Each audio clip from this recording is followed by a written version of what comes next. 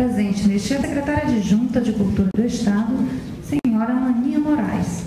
Com vocês, no momento especial agora, a arte popular do Nordeste, Flávia Albuquerque. Bem, gente, boa noite, né? Eu queria primeiro agradecer o convite, né, feito pela Universidade Estadual do Ceará e a todo o comitê organizador que promoveu esse evento, né, que está um maior sucesso, e eu sei que eu vou tentar abreviar ao máximo a minha exposição, porque um coquetel espera ali fora para o lançamento do livro e também para a confraternização e comemoração da vitória que teve esse congresso. Eu vou falar então, quer dizer, sobre 2 livros que eu lancei sobre arte popular do Nordeste, que é a minha pesquisa que eu desenvolvo há mais de 30 anos, e são 2 livros, um deles que se chama O Reinado da Lua, foi um livro editado em 1980, que teve as duas primeiras edições foram logo esgotadas.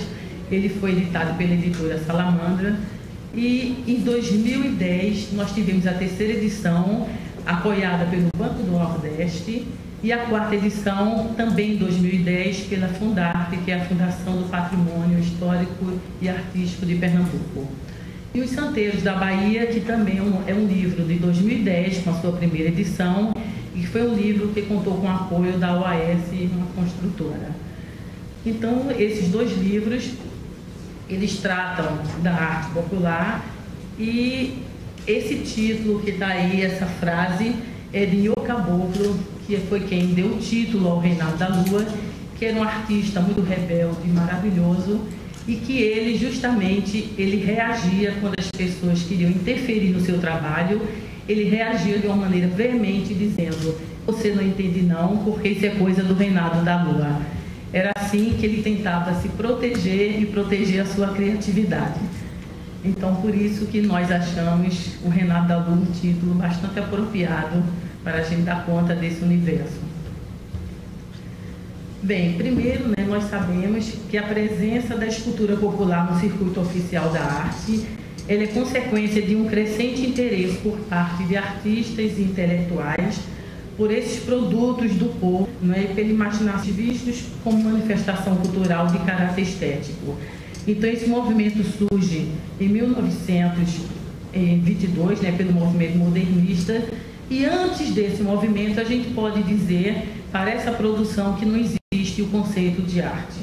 A arte feita pelo povo, até esse momento, ela tinha um caráter funcional e funcionava como brinquedos e que atendia a comunidade local.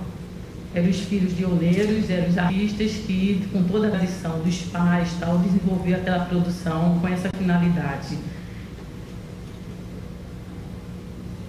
Então, abordar a escultura popular nordestina foi o nosso objetivo a partir da perspectiva de seus autores. Quer dizer, a gente tentou, então, pensar a escultura tendo como foco o pensamento do autor, dos artistas populares. Então, o principal objetivo nosso foi documentar. Documentar, para nós, significa considerar o escultor e sua obra como singularidades. É de sua individualidade que pretendemos dar conta. Então, conhecer em que condições ele desenvolve sua produção, quais as características do seu produto, como ele realiza a circulação de sua mercadoria e como se constitui o mercado em que absorve essa produção. Quer dizer, o principal era, então, apresentar a visão desses artistas em relação ao seu trabalho. Então, cada artista aqui aparece de forma individualizada, contando a sua própria história e nela a história do seu trabalho. Os depoimentos, então, desses artistas, muito mais do que uma análise, que serviria como análise para nós, ele é o âmago do livro.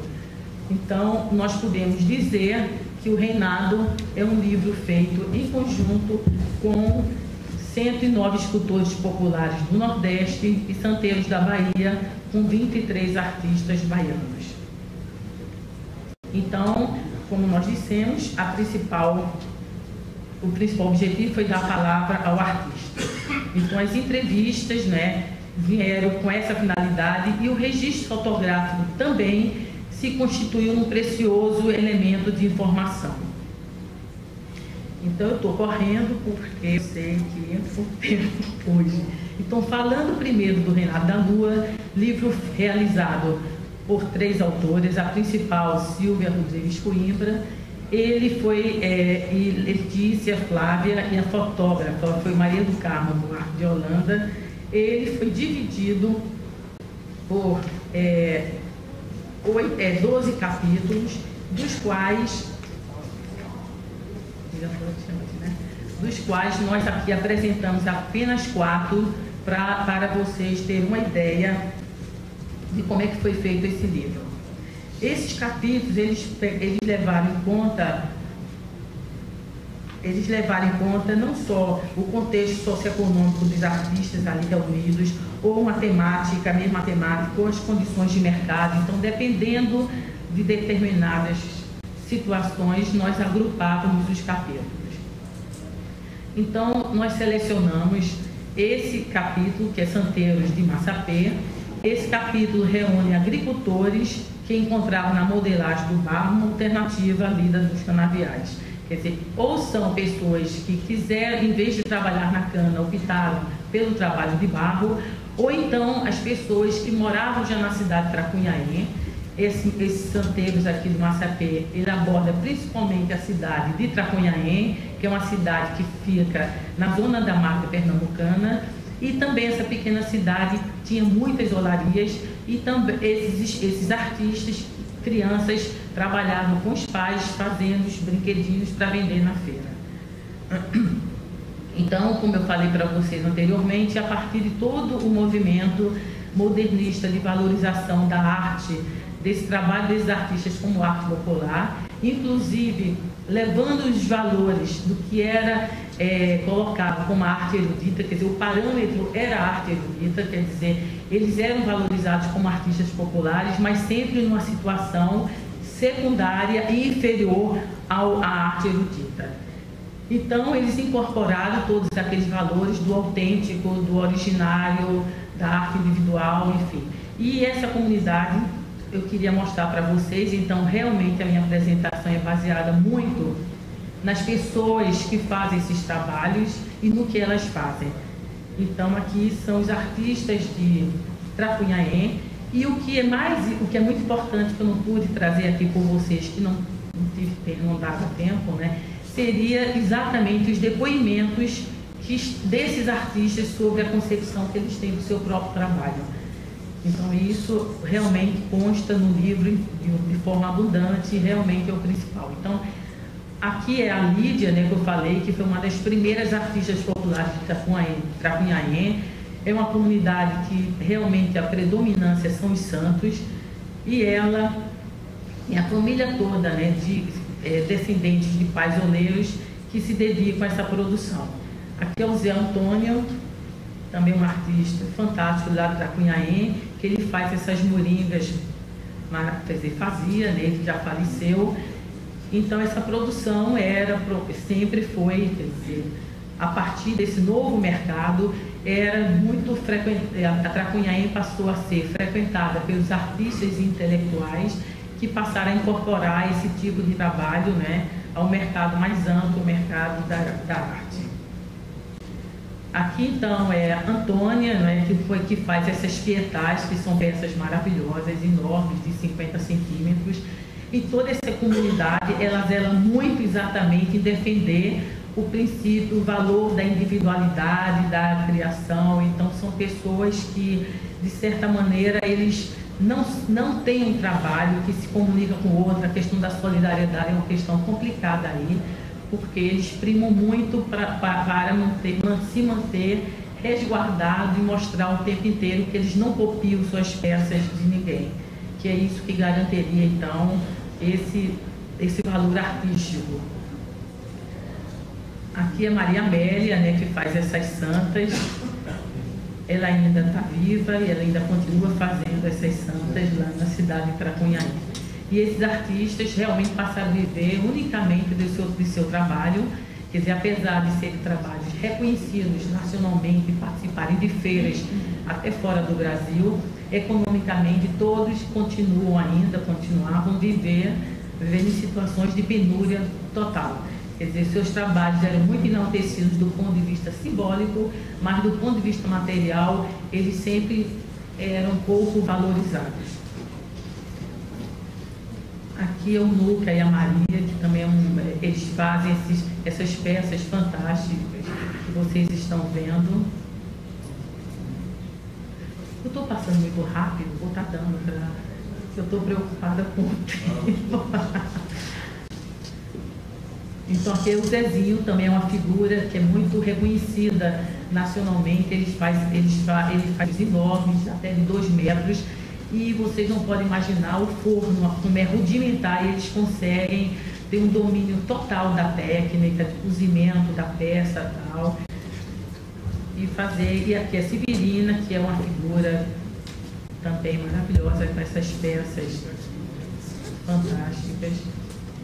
Enfim, outro capítulo que eu queria mostrar a diferença em relação ao primeiro é a presença do mestre, que aí é uma outra realidade, que é em Caruaru, que todos vocês já ouviram falar, que é uma realidade diferente. Aqui eu acho que o papel da feira de Caruaru desempenhou um papel fundamental, porque era um espaço de encontro, de economia e de mostrar suas peças. Então, diferentemente daqueles valores tão fechados mais de Tracunhaém, em Caruaru, a figura do Vitalino exerceu um papel importantíssimo na questão de ser um trabalho coletivo, onde todos participavam. Ele fazia questão de passar o seu saber para o outro.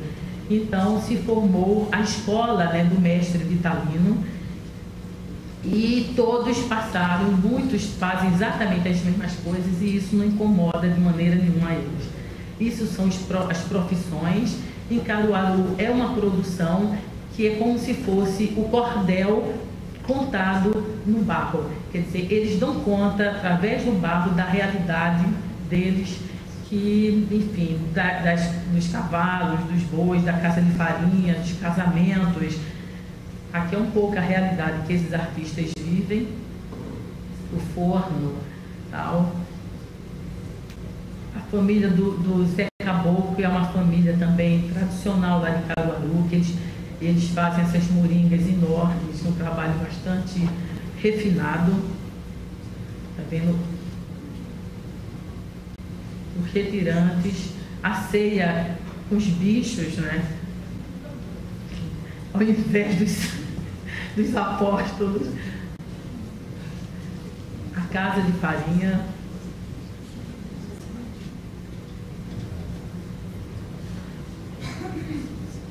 Manuel Dócio é outro grande artista de lá. Esse daqui também, ele adora essas engrenagens do poste, do fotógrafo. Essa figura minha. Aqui a família, que é um aspecto muito comum entre esses artistas, envolvendo a família inteira na produção das peças de barro. Aí eles, cada uma fazendo uma parte da peça. E aqui é um outro capítulo que eu peguei, justamente, todo ele aqui do Ceará, né? É em Terra de Romaria, que aborda justamente as comunidades de Juazeiro do Norte e Canindé, onde o misticismo, o que juntou isso foi o misticismo que norteia a vida dessas cidades, né?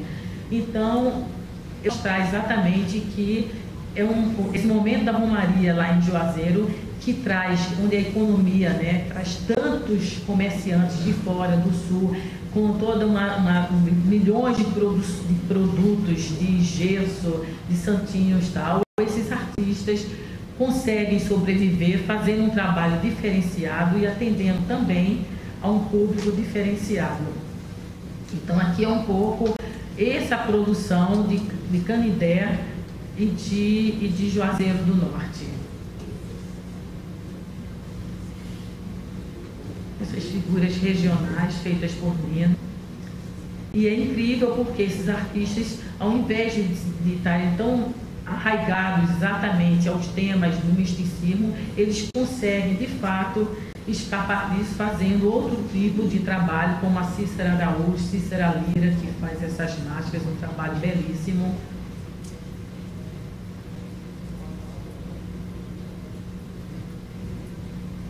Tudo isso aqui é de Jônio Dedé de Canidé, fazendo também todo um trabalho de madeira. Mesmo ele fazendo a figura de Padre Cícero, ele faz de uma maneira totalmente diferenciada, usando a madeira. O outro também. E aqui é um outro capítulo que pega justamente os artistas de Recife e de Olinda, que é onde o mercado é bastante forte, né, na cidade grande, e que os artistas lutam muito em, ora, atender a demanda do mercado e, ora, se afirmar como artistas, defendendo um pouco a sua produção. E essa é a figura do Io Caboclo, que é um dos mais radicais, onde ele é que defende, que foi o dono daquela frase que eu falei para vocês, e ele denomina sua arte como a arte toda em movimento, que ele acha que é isso que está mais de acordo com a sociedade moderna atual, onde as coisas estão em movimento, a guerra. E aí é um barco que ele faz, que tem uma hélice, que toda vez que o vento bate, todas essas figuras se movimentam. Benedito, que é lá de Recife, que faz esses cristos e trabalha muito com raízes. A partir das raízes ele faz também esculturas. O Paulo, que faz todo esse trabalho também de talhas vazadas, esculturas e bigode. Agora, Santeiros da Bahia é um livro onde eu tentei justamente pegar os artistas daí que se dedicam preferencialmente à produção de santos católicos e orixás. Quer dizer, o que eu tento aí é o encontro, né, das duas matrizes maiores de nossa cultura, que é a africana e a cristã ocidental. Então, esse santeiro, eles dedicam-se, né, à fabricação que os articula para além da técnica e da arte, né, que é a ordem do sagrado. Então, é uma produção, de certa maneira, com obras bastante especiais, né? A arte sacra, então, que eles fazem diretamente utilizadas nos cultos, mas também é uma arte devocional, ela participa também de procissões e também dos terreiros dele, como também ela é a arte do belo e tem uma função puramente estética e artística. Então, esse livro tem 4 capítulos. O primeiro deles eu coloquei artistas onde tem como que tem como o referencial o barroco, e eles vão além do barroco com desdobramento no estilo rococó, que é o que eles defendem, eles argumentam, eles conceituam sua arte, inclusive baseada no rococó, com todo o planejamento e com domínio incrível das peças. Essa é a Marlice. Todos eles eu queria mostrar que eles fazem não só santos católicos, mas também fazem simultaneamente os orixás. Essas duas produções, praticamente quase todos eles fazem tanto um quanto o outro. Essa é a Constância também fazendo, tá vendo, os santos aí católicos, como também fazendo esse Iemanjá a partir da encomenda de São Paulo. A Fia, essa figura que tem 80 anos, também voltada para fazer trabalhos belíssimos, de uma delicadeza incrível. Aqui é David Tabuna, também outro que é muito lado esse artista popular. Olha a expressão da peça dele, ele faz também dentro da mesma linha do rococó, com os planejamentos e tal. E ele já consegue ter uma ascendência sobre e consegue vender suas peças em torno de 3 mil, 4 mil, enfim. Ele conseguiu, mas não é uma coisa comum, de modo geral, os trabalhos dos outros são muito mais abaixo. Aqui, além de eles fazerem aquelas peças tão refinadas, aqui é o forno da casa deles, nessas condições. Consegue realmente ter esse domínio. Aqui é outro, Rosalvo, esse daí é lá de Maragogi-Pinho, e consegue fazer também essas peças. Aqui é Nossa Senhora, né, desatadora dos nós. Aqui é o irmão. Olha que são os nós maravilhosos. O outro capítulo foi Imagens do sincretismo, que privilegia o núcleo de Barra. Barra é uma comunidade, é uma cidade a 800 quilômetros de Salvador, e Gerard é a figura do artista que exerce ao mesmo tempo uma função religiosa. Ele é um pai de santo e ao mesmo tempo ele tem uma preocupação social, tirando as crianças da rua e fazendo trabalho social, ensinando arte para elas. Então ele tem uma oficina que agrega uma série de pessoas, onde tem não só a oficina, como também o terreiro dele. Aqui é a figura dele, uma figura maravilhosa. Aqui é fantástico essa produção deles. Aqui, de um lado da peça, aqui essa peça se chama Vida e Morte. De um lado é a Nossa Senhora amamentando e do outro lado é o Cristo morto. Aqui é a oficina deles. Os instrumentos rudimentares com que eles fazem aquelas peças, para vocês terem até pedaço de sabor de milho e tal que eles usam. Aqui é outro também que trabalha na oficina. Esse é o Elson, é o braço direito, esse daqui que está fazendo, aquele nosso fotógrafo, e que ele aqui denominou essas peças de sincretismo, que ele faz o santo católico de um lado e você vira a peça e tem o orixá correspondente do outro lado. É um trabalho fantástico, porque você vê a peça de frente e você não imagina, ele faz de tal maneira, você não imagina que você virando essa peça, do outro lado você encontra o orixá correspondente. Então, é um trabalho dificílimo e que ele tem um domínio muito fantástico, é uma peça que tem muita força e expressividade. O outro capítulo nós pegamos lençóis, né? Chamamos de forças da natureza, porque a questão é na Chapada Diamantina, onde a questão das forças míticas de lá é muito forte, e o JC, que é da doutrina da cultura racional e toda a sua família, eles defendem, eles atribuem que o trabalho deles, quem faz é a natureza, que é toda poderosa e que é a fonte de todo o conhecimento. Então, esse trabalho é um trabalho feito pela família do JC, que é a grande figura de lá, no hotel, e isso é um painel onde tem Cosme Damião, tá um trabalho belíssimo. Aqui é a figura do JC, tá vendo? Toda que é envolvida com o barro. Olha aqui, todas elas estão muito bonitas, enfeitadas, tal, estou finalizando. Tá vendo isso? Essa é outra. A África, sua reinvenção é que pega a Cachoeira, que é um importante centro com a presença da cultura negra no recôncavo baiano. E é dedicada à figura exponencial, que é o Louco, que era o grande artista de lá. Faleceu e a família continua, esse era o Louco, desenvolvendo o seu trabalho. São trabalhos fortíssimos. São maravilhosos. Isso tudo é em Cachoeira, bem pertinho lá de Salvador, onde também a presença dos orixás é muito forte. Todo o trabalho deles é tudo feito em madeira. Eles utilizam muito a raiz para ter ideia para desenvolver o seu trabalho. E aqui foi, só para finalizar, a homenagem que Carlos Drummond de Andrade prestou a nós quando leu esse livro em 1980. Então, ele escreveu isso no Jornal do Brasil em 1980. Como não amar de amor elevado esses homens supostamente rústicos, que têm tamanha capacidade de interpretar a vida, exercendo a imaginação e as mãos. Rústicos somos muitas vezes nós, os sofisticados habitantes das capitais, que não sabemos manejar a ferramenta dos dedos e só nos distinguimos na abstração. Os do reino da lua, estes sim, merecem respeito e alegre homenagem. É isso aí, gente. Obrigada.